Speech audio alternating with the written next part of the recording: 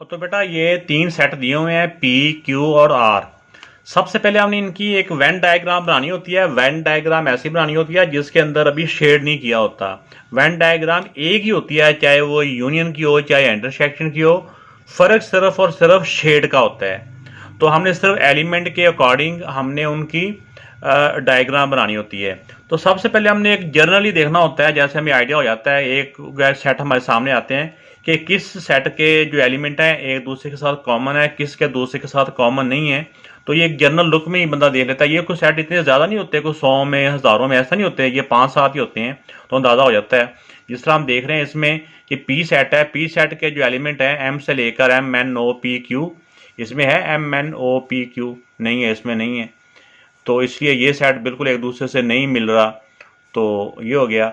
अब इसको देख लें M N O P Q, इसमें देख लें M N O P Q, ये पी के सेट आर के साथ भी कोई शेयर या कॉमन नहीं हो रहे। इसका मतलब पी इन दोनों के साथ बिल्कुल नहीं है। अब इन दोनों को आपस में देख लें, या इसको इन दोनों को आपस में आर एस टी यू, इसमें देखें टी तो आ गया और यू भी आ गया। ये दो इसके कॉमन है आपस में, और कुछ इसके इसमें नहीं है, कुछ उसके उसमें नहीं है, लेकिन कुछ इसके दो एलिमेंट कॉमन है। तो इनका देखें कि आप जब ये वाली सिचुएशन हो तो हमने इसका इस तरह से बनाना होता है जो डायग्राम के सर्कल्स हैं। तो इसमें देखें बेटा, जैसा मैंने अभी बताया कि पी का तो कोई एलिमेंट किसी और के साथ अटैच नहीं हो रहे, यानी कॉमन नहीं हो रहे। तो पी का जो सर्कल है ना वो बिल्कुल ही अलग बनेगा, उसकी कोई उसके साथ कॉमन एरिया नहीं होगा। अब इन दोनों के क्यू और आर के कुछ एरियाज आपस में कॉमन है, तो इसके हम इस तरह से बनाएंगे, क्योंकि कुछ एलिमेंट इसके उसमें नहीं है। जैसे देखा ना हमने आर और एस उसमें नहीं है, लेकिन ये दो वाले जो टी और यू, ये देखें जिनको मैंने किया, ये दोनों कॉमन है, कुछ उसके उसमें नहीं है, कुछ उसके उसमें नहीं है। तो इस तरह से इनका जो है इस तरह करके कुछ एरिया कॉमन हो जाएगा, और कुछ इसका उसमें नहीं है, कुछ इसका उसमें नहीं है, कुछ कॉमन है। तो एक को आप क्यू का नाम दे दें और एक को आर का नाम दे दें। तो अब इनके अंदर चाहे एलिमेंट लिखने हैं तो हम लिख देते हैं, बच्चे अभी स्टार्ट है तो इसको हम लिख देते हैं पी के अंदर, इसके पी के एम एन, तो ये पी के हो गए। अब क्यू और आर के, क्यू और आर के बेटा जो दोनों के कॉमन है उनको कॉमन एरिया में लिखेंगे, टी और यू ये कॉमन थे। बाकी ये क्यू का सर्कल है, क्यू में से टी और यू इधर आ गए हैं, बाकी क्या रह गए आर और एस, आर और एस इस एंड पे लिख देंगे।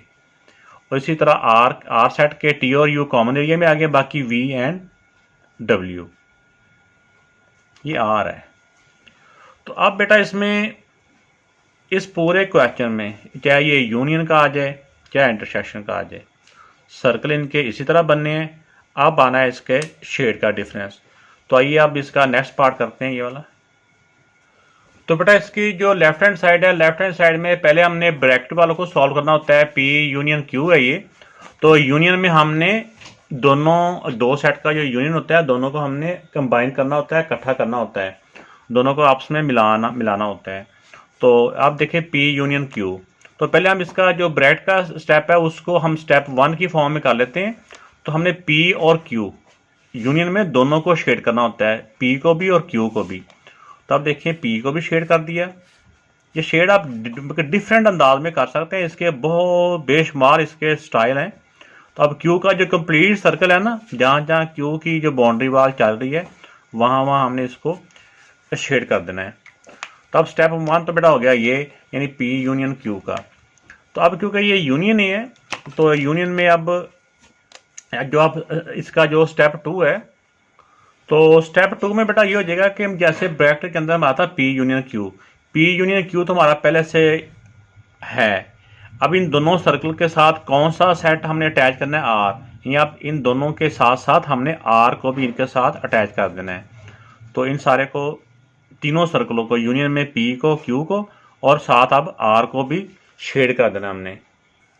तो ये हमने इस तीनों को अब शेड कर दिया, तो ये बेटा हमारा आंसर आ गया। तो यहाँ पे हमारा क्योंकि ये स्टेप 1 था पी यूनियन क्यू का, तो हमने पी और क्यू को शेड कर दिया। ये शेड में इस स्टेप में ये शो कर रहा है कि ये पी यूनियन क्यू का आंसर है, और ये वाला शेड हमें इस स्टेप में ये शो कर रहा है कि ये इस कंप्लीट का आंसर है। तो ये बेटा इसकी लेफ्ट साइड का आंसर आ गया। अब इसकी राइट साइड को सॉल्व करते हैं। तो इसमें बेटा पहले क्यू जो यूनियन आर है स्टेप 1 में, क्योंकि ब्रैकेट के अंदर क्यू यूनियन आर है ना, तो सबसे पहले हम क्यू और आर को शेड कर देंगे।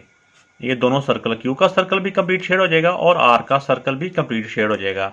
अब हमने इसका आंसर हो गया ये क्यू यूनियन आर का आंसर ये है जिस पे ये दोनों शेड हुए हैं। अब इसी डायग्राम को मैं दोबारा से ड्रा करता हूँ। तो स्टेप 2 में देखा बेटा, अब हमने कि पहले हमने क्यू यूनियन आर का आंसर निकाला हुआ ये। अब इस सारे आंसर के साथ हमने पी को भी अटैच करना है, यानी पहला आंसर हमारा ये वाला है, ये दोनों सर्कल थे। तो जब इसके साथ पी को भी अटैच करेंगे, यूनियन का मतलब होता है अटैच कर देना, उनको भी साथ इसका मिला देना। तो अब पी को भी साथ अटैच कर देंगे, तो ये बेटा हमारा इसका जो कंप्लीट आंसर आ जाएगा। स्टेप 2 में हम लिख देंगे कि जहाँ जहाँ ये लाइन लगी हुई है ये हमारा आंसर है। तो हमने दोनों आंसर से देखा, इससे पहला भी हमने आंसर में देखा इसके लेफ्ट साइड का भी, तो देखा कि जो एरियाज इसके शेडेड हैं, जो एरिया वही में, यानी कि जो लेफ्ट साइड के एरिया शेडेड है वही राइट साइड के जब सॉल्व किया तो उसके भी वही एरिया शेडेड है। तो इससे प्रूव हुआ कि इसकी left hand side equal to right hand side. तो बेटा जिस तरह कि इससे पहले ही मैंने आपको बताया कि जब जो सेट दिए होते हैं उन सेट्स के मुताबिक ही ये डायग्राम बनती है। तो चाहे यूनियन हो चाहे इंटरसेक्शन हो, तो पहले हमने यूनियन के मुताबिक ये सारा मैंने इसको बताया, यूनियन में सारा शेड करना होता है। अब ये इंटरसेक्शन है, इंटरसेक्शन में कॉमन एरिया, वो एरिया जो आपस में कॉमन होता है, आपस में साझा होता है, तो वो एरिया शेड करना होता है। तो डायग्राम इसकी यही बननी है। तो जैसा देखें कि मैं इसका ये इसकी लेफ्ट हैंड साइड पर सॉल्व कर रहा हूँ। ये इंटरसेक्शन में लेफ्ट हैंड साइड में है पी इंटरसेक्शन क्यू और इंटरसेक्शन आर। तो पहले हम ब्रैकेट वाले को सॉल्व करेंगे स्टेप 1 में, पी इंटरसेक्शन क्यू। ये क्यू का शेड है, सर्कल है, और ये क्यू का सर्कल है। तो इन दोनों सर्कल में देखिए कोई एरिया कॉमन आ रहा है? बिल्कुल कॉमन नहीं है बेटा। देखिए पी का सर्कल अलग से है, क्यू का सर्कल अलग से है। तो इसका जो आंसर आएगा वो आ जाएगा एम्प्टी सेट। एम्प्टी सेट, या हम इसके साथ लिख सकते हैं ब्रैकेट में नो एरिया शेडेड या शेडेड। तो इसी तरह जब इसके स्टेप 2 में जाएंगे, स्टेप 2 में हमने जाना है फिर आगे इसके आंसर को आर के साथ इसका इंटरसेक्शन फाइंड करना है। तो जब इसको मैं यहाँ लिख देता हूँ पहले कंप्लीट स्टेप 2। तो बेटा अब इसके स्टेप 2 में भी हमने यही देखा कि पहला जो आंसर था, जो इस ब्रैकेट का आंसर था पी इंटरसेक्शन क्यू, उसमें तो कोई पार्ट भी शेडर नहीं है। तो इसलिए जब इन दोनों में से कोई एरिया कॉमन नहीं है, इन दोनों का जो कॉमन एरिया के साथ देखना है कि आर का कौन सा एरिया इन दोनों के कॉमन एरिया के साथ कॉमन हो रहा है। तो आर का जो है ना, आर का सर्कल इन दोनों के इन दोनों के किसी भी कॉमन एरिया के साथ ये कॉमन नहीं हो रहा, क्योंकि ये कॉमन इन दोनों का आपस में कॉमन नहीं है। हमने सिर्फ वो एरिया इसका सेलेक्ट करना था जो कॉमन होना था, लेकिन इसमें का कोई कॉमन है नहीं है। तो लिहाजा अब आर का तो कोई बात ही नहीं है कि किसी के साथ कॉमन हो जाए। तो इसलिए आर का भी ये एम्प्टी सेट आ जाएगा। तो इसमें भी सेम स्टेटमेंट लिखेंगे जो हमने स्टेटमेंट ऊपर लिखी थी, यही स्टेटमेंट हम यहाँ लिख देंगे कि empty set no area shaded. तो इसी तरह बेटा अभी हमने इसकी ये लेफ्ट साइड को सॉल्व किया है, अभी इसकी राइट साइड को सॉल्व करते हैं। अब राइट साइड में देखें बेटा कि इसमें जो आता है, इसमें पहले हम सॉल्व करेंगे क्यू इंटरसेक्शन आर। अब क्यू सर्कल और आर सर्कल का कॉमन एरिया, क्यू सर्कल और आर सर्कल का बेटा कॉमन एरिया कौन सा है? इन दोनों का कॉमन एरिया ये वाला है। यहाँ पे शेड कर दें, चाहे सारा सेम शेड कर दें, तो चाहे ऐसे लाइनों में कर देगा, ज़्यादा हो तो लाइनें लगा देते हैं, नहीं तो ऐसे ही कोई बंदा पेंसिल से कलर से कर सकता है। तो मीन के जहाँ पे ये हमारा शेड है ना, ये हमारा क्यू इंटरसेक्शन आर का आंसर है। अब हमने नेक्स्ट इसका स्टेप 2 करते हैं। तो इसमें देखा बेटा कि अब हमारा जो ब्रैकेट के अंदर क्यू इंटरसेक्शन आर है, उसमें ये वाला पार्ट हमारा इनका दोनों का कॉमन है, ये वाला। अब इस एरिया के साथ पी का ये वाला प्लॉट है या एरिया है, इसका और इसका कोई एरिया आपस में कॉमन है?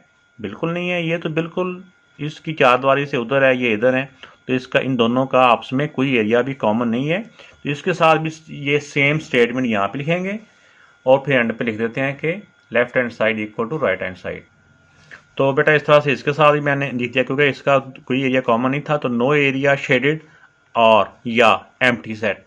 तो फिर हमने एंड पे लिख दिया, क्योंकि इसकी जो लेफ्ट साइड का आंसर था वो भी एम्प्टी थे, कोई उसमें कोई एरिया शेड नहीं हुआ था, और राइट साइड के जो वेन डायग्राम है इसमें भी कोई एरिया शेड नहीं हुआ। तो हम लिख देंगे लेफ्ट हैंड साइड